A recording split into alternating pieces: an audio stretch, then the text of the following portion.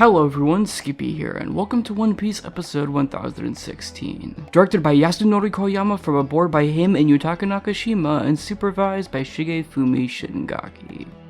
Despite having the unfortunate burning of coming directly after Ishitani's episode, 1016 doesn't look like it'll be all that much of a whiplash, because on top of what looks like Koyama's usual color-filled direction that'll surely have some cool bits of symbolism and the like as well, Yutaka Nakashima taking part in the board will only help matters when it comes to Koyama's potential, and from the looks of things, Shigefumi Shingaki's supervision looks quite strong in comparison to his more paltry efforts in previous Wano episodes. Of course, due to the content it's covering, I'm not expecting the world from it, considering what's coming up right after, especially so when they're also adding in Sanji filler as well to make the pacing a little bit sturdier, but it should be a good time, all things considered, I feel. So will episode 1016 at least be a pretty solid transitionary episode for Roof Piece? Let's waste no time and find out.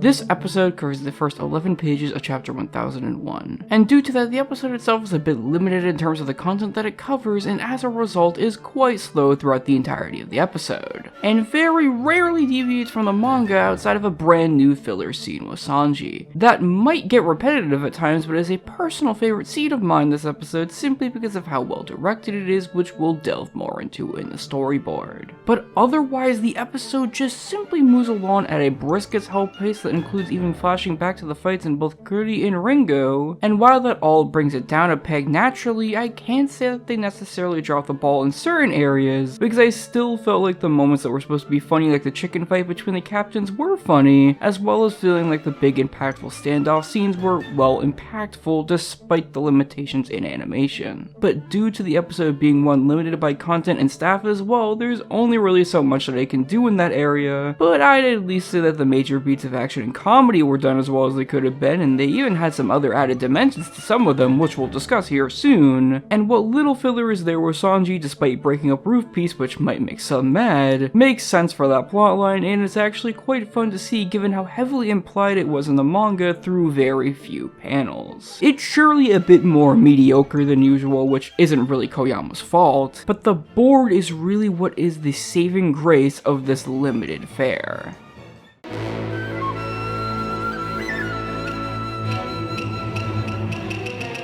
Yutaka Nakashima is the only credited storyboard artist for this episode, but you can tell that Koyama heavily corrected his efforts here, as whether it be the really colorful and unusual way of displaying Future Sight before Luffy gets knocked by Kaido's Thunder Bagua, or the rapid color shifts and wipes that happen so extremely often to quickly shift the mood of any given scene, there's clearly a lot of Koyama's usual color-filled flavor here, and it helps what is an otherwise source-saving episode look pretty damn solid. Especially so for some reason in the Sanji scene that eventually features a one-on-one conversation with him and Black Maria that, in terms of lighting, cool shadows, and overall mood depicted by the bold blues used there, just looks so damn cool and genuinely intimidating at points, and shows Sanji's serious side when Black Maria mentions Robin. The sense of scale may be a bit lacking in parts sadly, which may be more down to the layouts of the animators involved more than anything, but when topped with Shigefumi Shingaki's mostly polished corrections that for once look more genuinely appealing to me rather than bulbous, as well as the outsourced AD work from Studio Masket looking decent whenever it pops up, as this is a half outsourced effort with them handling about a half or so of the episode, 1016 is a bit mediocre and carried by some cool direction from one of the series' greats, but that doesn't matter, I think. It's a bit of a mixed bag of an episode, and I'd say largely the B part was a ton better, even if it still felt slow, and naturally there were some slim pickings even when it came to action animation. And I think Koyama's corrections of the board were simply just too good for this episode at points, but it's clear that of all Roof Piece content, this was the only one they could sacrifice in order to try and bring consistently strong and solid efforts otherwise, and I don't really mind that personally, even though I want to see Koyama on more big episodes rather than getting sandwiched in between big ones like this and 984. And I especially don't mind it when we get a look at that preview for next week's episode 1017. For an episode that's been hyped up by presumably its staff for months now, it makes sense why it looks so damn good. Harboring a metric fuck ton of cool action animation in just the preview alone, with most of it being the work of Naotoshi Shida, and a keen eye for color and compositing that displays the powers well on top of what looks like corrections from Chu Young-seo all around. Once again, we don't know the staff for it just yet, but I mean, we could basically figure it out ourselves. But I'm so ready for an absolute thrill ride of an episode next week that will rise us to the top after this more economic fare for the health of the overall production. Anyways, guys, that's it for now. I'm Skippy, and Jesus Christ, Shingaki.